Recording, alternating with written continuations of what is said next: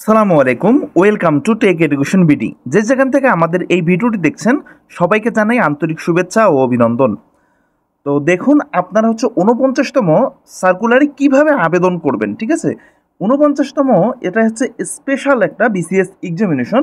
তো ৪৯তম এই বিসিএস এক্সামিনেশনে আপনারা যারা আবেদন করতে চাচ্ছেন এবং টাকা পেমেন্ট করতে যাচ্ছেন তারা আমার এই ভিডিওটি সম্পূর্ণ দেখবেন।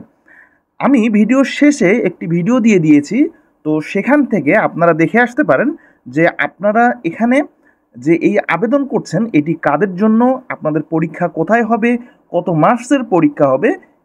এক কথায় এই ৪৯তম বিসিএসের যে সার্কুলারটি রয়েছে এটি পর্যালোচনা করা আছে।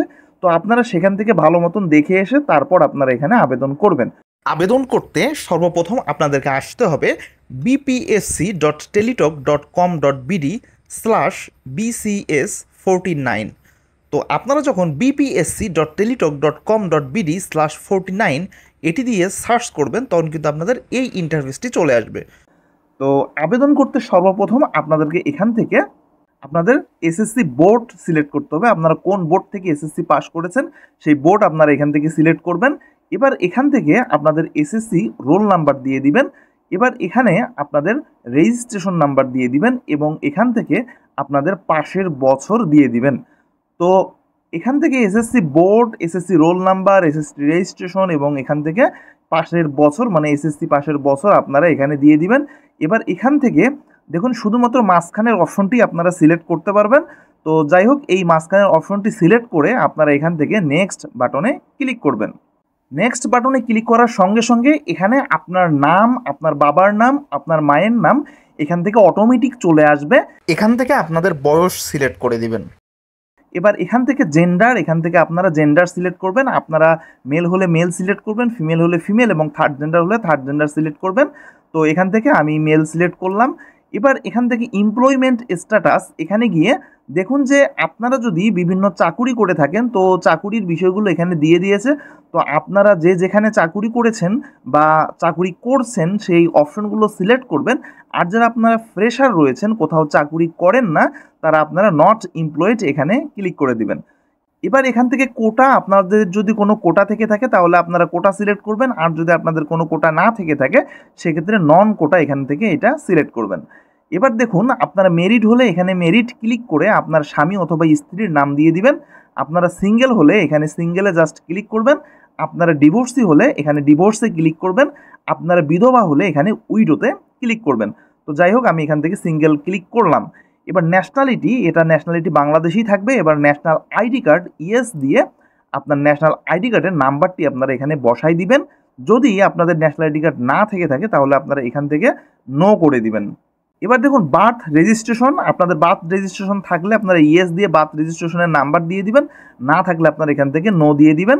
তো একটি বিষয় বলে রাখি, আপনার বার্থ রেজিস্ট্রেশন এবং ন্যাশনাল আইডি কার্ড যে কোনো একটি আপনাকে অবশ্যই থাকতে হবে। সেক্ষেত্রে আমি ন্যাশনাল আইডি এটা ইয়েস দিয়ে দিলাম, মানে দুটির যে কোনো একটি অবশ্যই আপনাকে দিতে হবে। এবার পাসপোর্ট থাকলে ইয়েস দিয়ে পাসপোর্টের নাম্বার দিয়ে দিবেন, না থাকলে এখান থেকে নো দিয়ে দিবেন। এবার হচ্ছে হাইট সেন্টিমিটার, আপনার সার্কুলারে কিন্তু দিয়ে দিয়েছে। ঠিক আছে, সার্কুলারে কিন্তু দিয়ে দিয়েছে যে আপনার সর্বনিম্ন কত সেন্টিমিটার হতে হবে। আমি বিস্তারিত আলোচনা করেছি ভিডিওর শেষে, আমি যে ভিডিওটি দিয়ে দিব সেখানে আপনারা এই ৪৯তম স্পেশাল বিসিএস এর সম্পূর্ণ সার্কুলারটি পর্যালোচনা পাবেন, সেখান থেকে আপনারা দেখে আসতে পারেন। আচ্ছা, তো এখান থেকে আপনাদের হাইট, এখান থেকে আপনাদের সেন্টিমিটার মানে আপনার হাইট সেন্টিমিটারে করে নেবেন, করে নিয়ে এখান থেকে সেন্টিমিটার সিলেক্ট করে দিবেন। এবার এখান থেকে আপনাদের ওয়েট, আপনাদের ওজন কত সেখানে সিলেক্ট করবেন। এবার বুকের মাপ, আপনাদের বুকের মাপ কত এখান থেকে সেই বুকের মাপটি আপনারা এখান থেকে সিলেক্ট করে দিবেন, মানে এগুলো সেন্টিমিটারে আর ওয়েট কেজিতে। ঠিক আছে, আচ্ছা। তো এবার এখান থেকে আসে কেয়ার অফ, এখানে গিয়ে আপনার বাবা অথবা মায়ের নাম দিয়ে দিবেন। এবার এখান থেকে আপনাদের গ্রামের নাম দিয়ে দিবেন, এখান থেকে আপনার ডিস্ট্রিক্ট সিলেক্ট করবেন। এবার এখান থেকে আপনাদের উপজেলা সিলেক্ট করবেন। এবার এখান থেকে পোস্ট অফিস, এখানে আপনাদের পোস্ট অফিসের নাম লিখে দিবেন। এবার এখান থেকে আপনাদের পোস্ট কোডটি দিয়ে দিবেন, যে পোস্ট কোড কত সেই পোস্ট কোডটি দিয়ে দিবেন। এটা অপশনাল, এটি না দিলেও হবে, তবে এখানে দিয়ে দিবেন। এবার এখান থেকে পার্মানেন্ট অ্যাড্রেস, যদি আপনার প্রেজেন্ট অ্যাড্রেস এবং পার্মানেন্ট অ্যাড্রেস একই হয়ে থাকে তাহলে হুবাহু ফিল আপ করবেন। আর যদি একই না হয়ে থাকে সেক্ষেত্রে আপনারা এগুলো আলাদাভাবে ফিল আপ করে দিবেন। তো এখানে অনেকে কোশ্চেন করেন, যারা বিবাহিত তারা এখানে কার ঠিকানা প্রদান করবেন। আসলে আপনারা চাইলে আপনাদের যে ভোটার আইডি কার্ড রয়েছে সেই ভোটার আইডি কার্ড অনুযায়ী ফিল আপ করতে পারেন, অথবা আপনাদের যে স্বামীর যে ভোটার আইডি কার্ড রয়েছে সেই স্বামীর ভোটার আইডি কার্ড অনুযায়ী আপনারা এখান থেকে সিলেক্ট করতে পারেন। সেক্ষেত্রে অবশ্যই কেয়ার অফে আপনার স্বামীর নাম আপনাদেরকে এখানে দিতে হবে। এবার কন্ট্যাক্ট মোবাইল, এখানে গিয়ে আপনার মোবাইল নাম্বারটি দিয়ে দিবেন। এবার ঠিক একই মোবাইল নাম্বার আপনারা আবার এখানে রিটাইপ মোবাইল এখানে দিয়ে দিবেন। এবার এক্সাম সেন্টার, এখান থেকে আপনারা এক্সাম সেন্টার সিলেক্ট করবেন। অবশ্যই ঢাকা সিলেক্ট করতে হবে, কারণ এই পরীক্ষাটি শুধুমাত্র ঢাকায় অনুষ্ঠিত হবে। যদি কর্তৃপক্ষ মনে করে যে না, ঢাকাতে অনেক অ্যাপ্লিকেশন হয়েছে, তো এর জন্য ঢাকাতে পরীক্ষা নেওয়া সম্ভব হচ্ছে না, শুধু সেক্ষেত্রে ঢাকার বাইরে পরীক্ষা অনুষ্ঠিত হতে পারে, তবে ঢাকাতেই এই পরীক্ষাটি অনুষ্ঠিত হবে। এবার আপনারা জাস্ট এখানে একটা চেক মার্ক দিবেন, দিয়ে এখান থেকে আপনারা নেক্সট বাটনে ক্লিক করবেন। নেক্সট বাটনে ক্লিক করার সঙ্গে সঙ্গে দেখুন যে আপনার এসএসসি ইনফরমেশন, এখান থেকে আপনার এসএসসি ইনফরমেশন কিন্তু এখান থেকে শো করছে। তো এরপর আপনারা এখান থেকে আপনাদের এইচএসসি ইনফরমেশনগুলো দিয়ে দিবেন। এক্ষেত্রে আপনারা এখানে গিয়ে আপনার এক্সামিনেশন আপনারা কোন সেক্টর থেকে এইচএসসি পাস করেছেন সেটি এখান থেকে সিলেক্ট করে দিবেন। এবার এখান থেকে বোর্ড, আপনার এখান থেকে বোর্ড সিলেক্ট করে দিবেন। এবার এখান থেকে রোল নাম্বার, আপনার রোল নাম্বার দিয়ে দিবেন। এবার এখান থেকে আপনার রেজাল্ট, আপনি কত পেয়েছেন সেই রেজাল্ট আপনারা এখানে দিয়ে দিবেন। এবার এখান থেকে গ্রুপ সিলেক্ট করবেন, কোন গ্রুপ থেকে আপনারা এইচএসসি পাস করেছেন সেই গ্রুপ আপনারা এখান থেকে সিলেক্ট করবেন, এবং এখান থেকে আপনাদের পাশের বছর, আপনার এখান থেকে আপনাদের পাশের বছর এখান থেকে সিলেক্ট করে দিবেন। এবার নিচের দিকে আসবেন, গ্রাজুয়েশন, আপনারা কোন সেক্টর থেকে গ্রাজুয়েশন কমপ্লিট করেছেন সেই সেক্টরগুলো এখান থেকে আপনারা সিলেক্ট করবেন। ধরুন আমি এখান থেকে অনার্স করেছি, তো অনার্স সিলেক্ট করলাম। এবার এখান থেকে আপনারা কোন সাবজেক্টে অনার্স করেছেন, ধরুন আমি পলিটিক্যাল সায়েন্সে অনার্স করেছি, সেক্ষেত্রে আমি এখান থেকে পলিটিক্যাল সায়েন্স সিলেক্ট করব। এবার এখান থেকে দেখুন হচ্ছে ইউনিভার্সিটি, আপনি কোন ইউনিভার্সিটিতে পাস করেছেন। ধরুন আমি ন্যাশনাল ইউনিভার্সিটি থেকে পাস করেছি, তাই আমি এখান থেকে ন্যাশনাল ইউনিভার্সিটি সিলেক্ট করে দিব।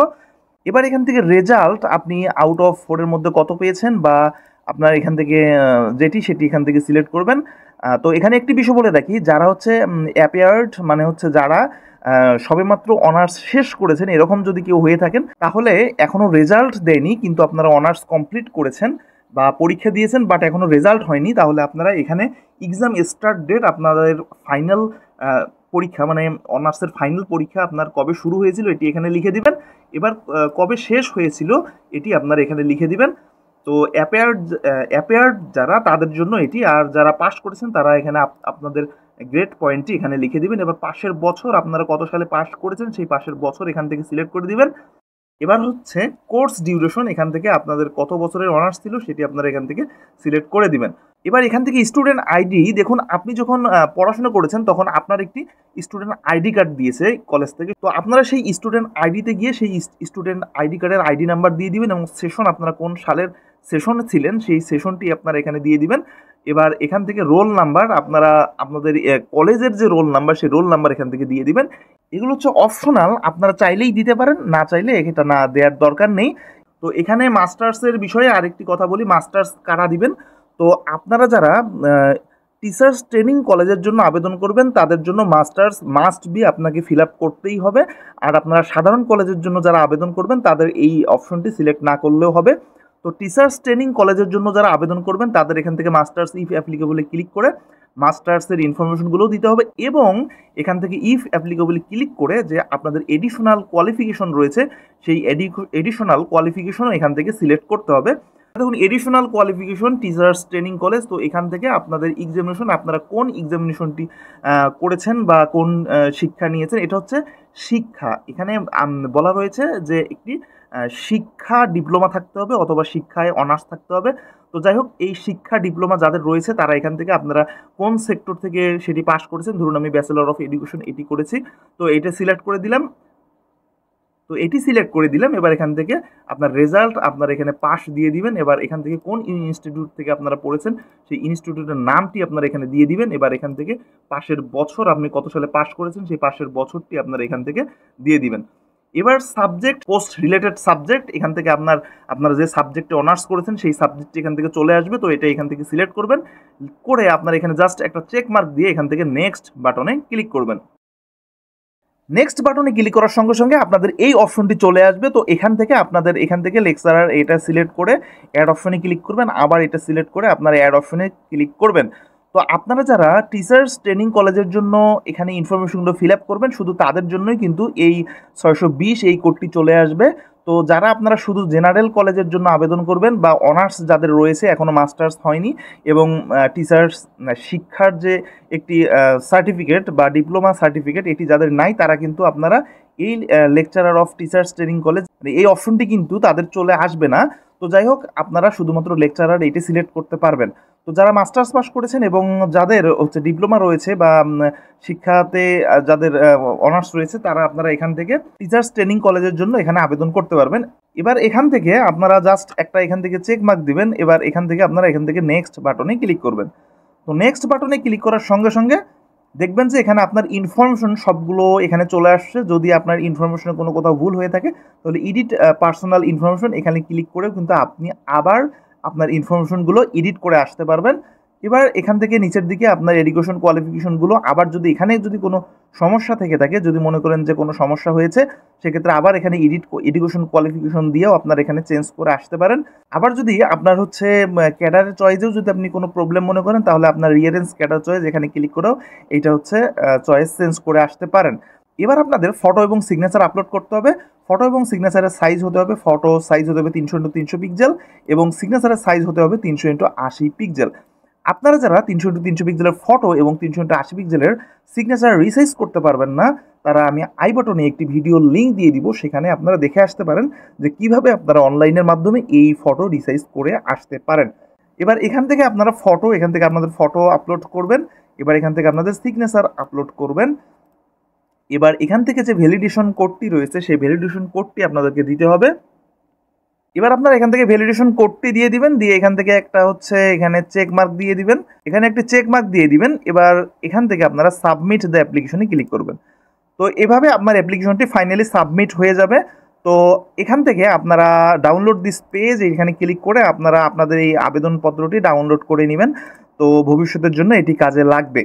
আচ্ছা, এবার এখান থেকে দেখুন আপনারা টাকা পেমেন্ট করবেন কিভাবে। তো টাকা পেমেন্ট করতে আপনাদের মেসেজ অপশনে যাবেন, টেলিটক সিমের মেসেজ অপশনে যাবেন। টেলিটক সিমের মেসেজ অপশনে গিয়ে লিখবেন BCS একটি স্পেস দিয়ে এই যে আপনারা আবেদন করার পর যে ইউজার আইডিটি পেয়ে গেছেন সেই ইউজার আইডিটি লিখবেন এবং পাঠিয়ে দিবেন 16222। তো এরপর আপনার ফিরতি একটি SMS আসবে। তো সেই SMS একটি পিন নাম্বার দিবে। এবার আপনারা লিখবেন মানে BCS একটি স্পেস দিয়ে ইয়েস লিখবেন, লিখে সেই পিন নাম্বারটি লিখবেন, লিখে পাঠিয়ে দিবেন 16222। দেখুন আমি মার্ক করে দিছি, এভাবে আপনাকে দিতে হবে। তো যে পিন নাম্বারটি আপনি পাবেন সেই পিন নাম্বারটি আপনাকে দিতে হবে। তো এইভাবে কিন্তু আপনারা এখান থেকে টাকা পেমেন্ট করতে পারবেন। আমরা ইউটিউবের পাশাপাশি ফেসবুক পেজেও আমাদের ভিডিওগুলো দিয়ে থেকে আপনারা চাইলে আমাদের ফেসবুক পেজটি ফলো দিয়ে রাখতে পারেন। তো আজকের এই ভিডিও এ পর্যন্ত। সবাই ভালো থাকবেন, সুস্থ থাকবেন, টেক এডুকেশন ভিডিওর সঙ্গে থাকবেন। ধন্যবাদ।